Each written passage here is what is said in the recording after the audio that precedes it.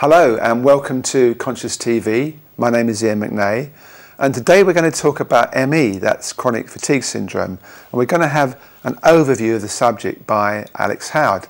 Hi Alex. Hi Ian.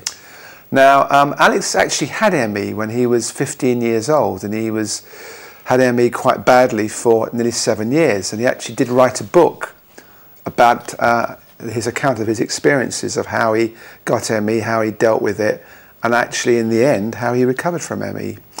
So Alex, let's just move on to the overview. And one thing I liked also was that in a report you did called ME in the 21st Century, you are no longer a mystery. And I think that's what many people with ME think. They actually think they're a mysterious case and doctors can't actually do anything to cure them. And that's obviously not true. Yeah, well, as you mentioned, I had ME myself for 7 years. And that was back in the mid-90s when I first got diagnosed. And back at that point, you'd go to your doctor and, I had tiredness and dizziness and those kind of symptoms. And there was really no answer. And I went down a path of trying a number of different alternative therapies and nutrition-based therapies and really just doing everything I could to try and turn around what was obviously a very difficult situation. And as we talked about in an interview that we did for Conscious TV quite recently, that I spent the first 2 years virtually bedbound, hardly able to really do anything. And I really got to the point that I just could not continue with life being that way. And I got to the point that really I saw that my life was going to go in one of two directions. I was going to kind of either continue with this kind of waiting for somebody else to find an answer and wait for the medical system to have some kind of answers, or I was going to have to do something more proactive myself to turn that situation around. And what really started out as a kind of desperate search for myself went on to become what eventually became a clinic that now works with quite a number of people. And even now, I think a lot of people diagnosed with ME or chronic fatigue or fibromyalgia as a whole kind of group of illnesses that maybe we'll talk a bit about in this interview, that one of the really difficult things is you may have that label, but it doesn't really tell you what's actually wrong with you. And that was very difficult, especially for me in those quite early days of what an illness affects a lot more people now, that you have this label, but it doesn't actually tell you what's actually going on inside of your body. Okay, so somebody doesn't feel well and there's an ongoing situation, they go to the doctor and the doctor says, you've got ME. Right. So where do they go from there? Well, there are treatments that are kind of available on the NHS in the UK, and in America there are kind of similar things that are available, but they really involve managing symptoms rather than actually understanding the underlying things that are going on. And the symptoms, so we're clear, the person is usually very tired, can have achy body, not much motivation in life. This in of itself brings up the whole kind of big challenge of this area is the symptoms are different in different people. Okay. Some people have just fatigue, so they don't really have much apart from that, but they're just really struggling to keep up with a day-to-day life. That's kind of at one level. At the other extreme, you have people which have fatigue, but also can have headaches, dizziness, light and sound sensitivity, muscle pains, a whole range of other things that can be going on. And it can range from people which are literally in a darkened room that they're so ill they're unable to do anything, even get out of bed, to people which can pretty much keep up with life, but there's not the energy that should really be there. And they're more susceptible to either viruses or colds, and they just kind of get knocked out more than kind of other people would. So you've got a whole range of different people with different symptoms and different expressions of what's going on.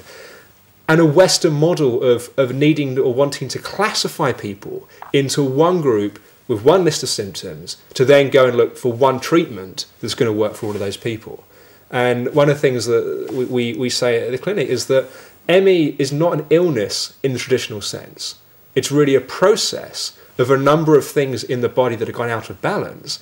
And one of the keys really to understanding it is that where a specific person is at, what's happening for them, so they can be treated individually.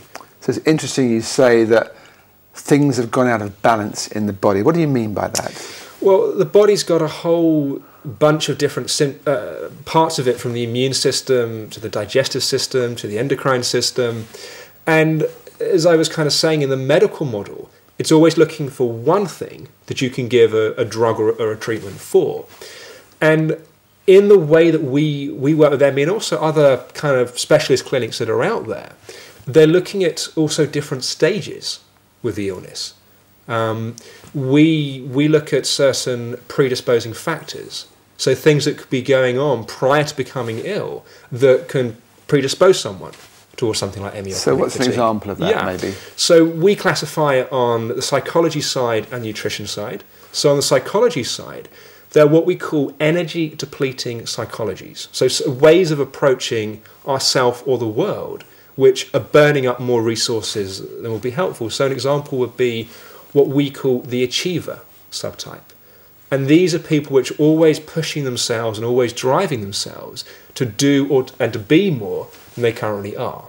And if you imagine that someone's living in that way consistently, ongoingly, it becomes very depleting to the system. So what you're saying is their resources insofar are finite, right, and they only last so long, and then resources start to diminish and they can't do the same thing anymore that they were doing and want to do. And of course what most people do faced with a situation where they're used to pushing themselves and their resources start to diminish, they just push themselves harder because that's their almost default system. It's their way of approaching their life. Other examples on the psychology side would be the helper subtype. And these are people which are always kind of looking to help other people and put other people's needs as higher than their own. And if someone does that for long enough, after a while that becomes depleting. On the psychology side, we also refer to an anxiety subtype. And these are where people just have more of a sense of ongoing background worry and anxiety, and maybe, a situation that somebody else would be able to let go of more easily, but it kind of nags and it's kind of there and they're carrying it more. We also refer to a trauma subtype, and this may be where someone's got some kind of trauma in the past, which has never been properly released or kind of worked through. So if we look at these kind of subtypes on the psychology side, these are all things which place demands upon our system in ways that other people may not. Now, of course, there are people out there which have these subtypes that don't get ME. I mean, this is kind of one component.